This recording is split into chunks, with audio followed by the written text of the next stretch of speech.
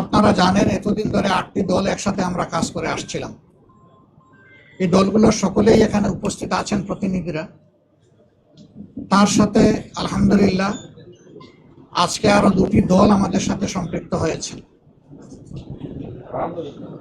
জনাব কর্নেল ওলি আহমদ বীর বিক্রমের নেতৃত্বে এলডিপি এবং এনসিপি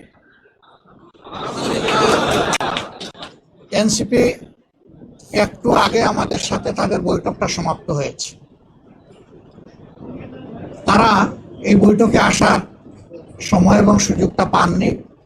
তাছাড়াও দলীয় পরিসরে তারা একটা মিটিং করে আজকে রাত্রেই আমাদেরকে তারা জানিয়েছেন যে তাদের এখানে সম্পৃক্ততার ব্যাপারটা তারা আপনাদেরকে পরিষ্কার জানিয়ে দেবেন ইনশাআল্লাহ। তাদের আহ্বায়ক নাহিদ ইসলাম সরাসরি কথা বলেছেন আমাদের সকলের সাথে, আমরা উপস্থিত ছিলাম এবং তিনি তাদের সিদ্ধান্ত আমাদেরকে অবহিত করেছেন। তারা আরেকটি প্রেস কনফারেন্স করে তাদের সিদ্ধান্ত আপনাদেরকে ইনশাআল্লাহ জানিয়ে দেবে। আমরা কিসের ভিত্তিতে একত্রিত হয়েছে, আমাদের লক্ষ্যের কথা আমরা বলেছি। এটা আমাদের একটি মজবুত নির্বাচনী সমঝোতা। সারা বাংলাদেশের 300 আসনে আমরা বসে নিজেদের মধ্যে আলাপ আলোচনার মধ্য দিয়ে বিভিন্ন আসন আমাদের মধ্যে আমরা নির্ধারণ করেছি।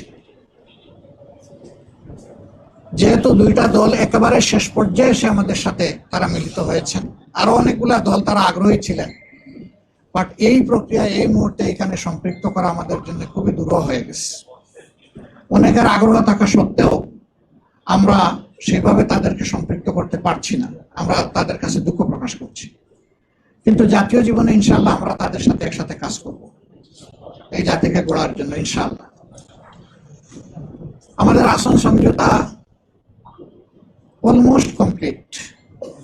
সামান্য একটু বিষয় যেগুলো রয়েছে আমরা আশা করছি এটা নমিনেশন ফাইল করার পরই আমরা সেটাও ইনশাআল্লাহ আলাপ আলোচনার ভিত্তিতে সুন্দরভাবে সমাধান করতে পারবো। আপনারা দোয়া করবেন, এই ক্ষেত্রে কোনো সমস্যা হবে না। এই ব্যাপারে আমরা খুবই আস্থাশীল।